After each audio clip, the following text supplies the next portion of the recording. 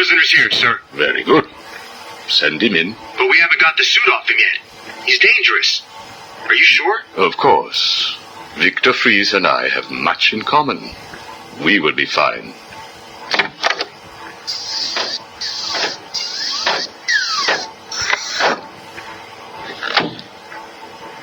Welcome to my facility. Please, take a seat. I prefer to stand. Why am I here? Oh, Victor, there will be plenty of time for that later. Right now, I wish to get to know you. Discover how you came to have such a frosty outlook on life. I have nothing to say to you. You may have taken my weapons, but my suit still has considerable offensive capabilities. I will freeze the marrow in your legs. Each bone will shatter and fracture while you remain completely aware of your impending paralysis, begging me to end you. I don't think that you will do that, Victor. Really? Why not? Simple. If you hurt me, your wife will die.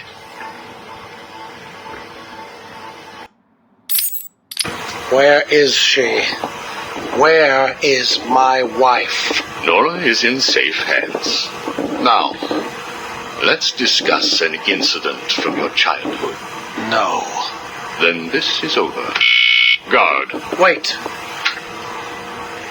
What do you wish to learn?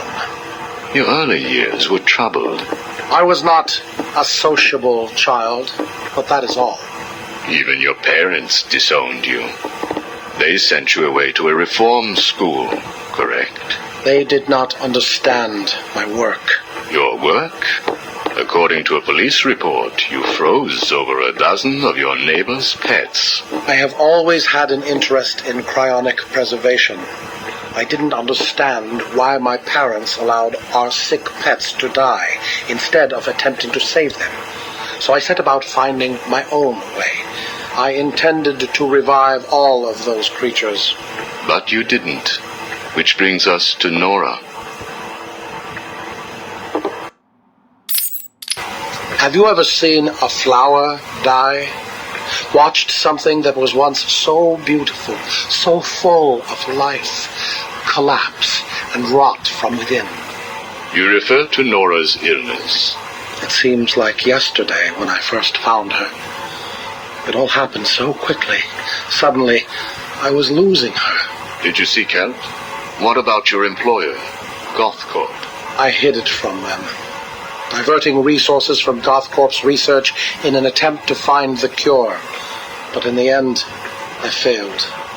Time was running out. I knew that if I was discovered, Nora would die. Why take that risk? Do you know what it is to love someone? To really love them? No. Nora was all I could think of. I reran the diagnostics, re-examined every detail from every angle, certain that I had missed something. I cursed myself for being so blind, so stupid. Surely there was a cure. I just needed more time. Then I realized what I had to do. I had worked without sleep for a week. My needs didn't seem important. Sleep didn't matter. Food didn't matter. There was only her. I looked at Nora and I told her that I loved her. She told me there was nothing I could do, that we should just accept fate. She smiled her beautiful smile as she said it. I promised to cure her. And then I pressed the button. You cryogenically froze her, keeping her on ice, so to speak, while you worked on a cure. It broke your heart, but now you had all the time in the world. Did you feel relieved? I went home and fell into a deep sleep. For the first time since we discovered Nora's illness, I dared to dream. But for weeks I had ignored my superior's attempts to contact me. The next morning I overslept. By the time I got to the lab, Ferris Boyle, the CEO, was there waiting. What did he do? He accused me of industrial espionage, which I denied. But then his guards found Nora. Boyle told me that, like all of my research, she belonged to him. I was enraged. I attacked him. His guards beat me back, and in the struggle, I was drenched by the cryogenic chemical I had created. I lay on the floor, helpless, watching the guards steal Nora away. Boyle told me it was a tragedy for such a promising mind to perish in a lab accident. Then he left me to die. But you survived. The chemicals were absorbed into my body and transformed my metabolism. My body went numb. I felt a strange tingling, then searing pain all over. Each breath ignited my lungs. I clawed my way back to a refrigeration unit, and as I closed the door behind me, I felt the icy chill calm my aching body. Things suddenly seemed clear. What seemed clear? Finding a cure for Nora? No. Revenge. Boyle would pay.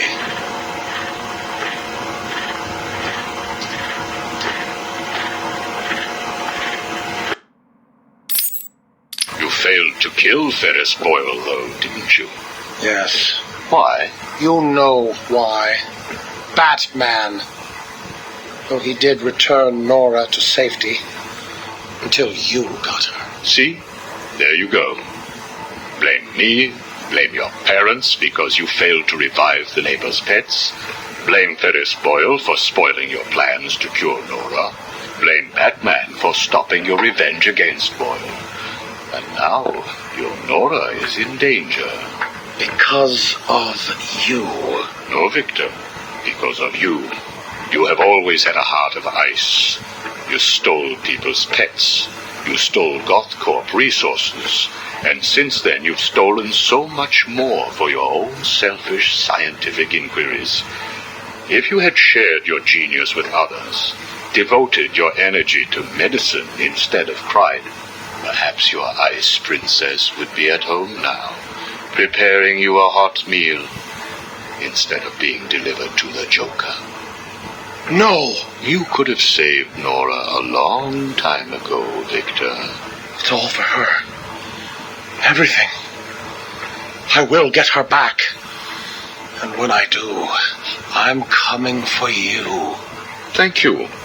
We are done now. Nora.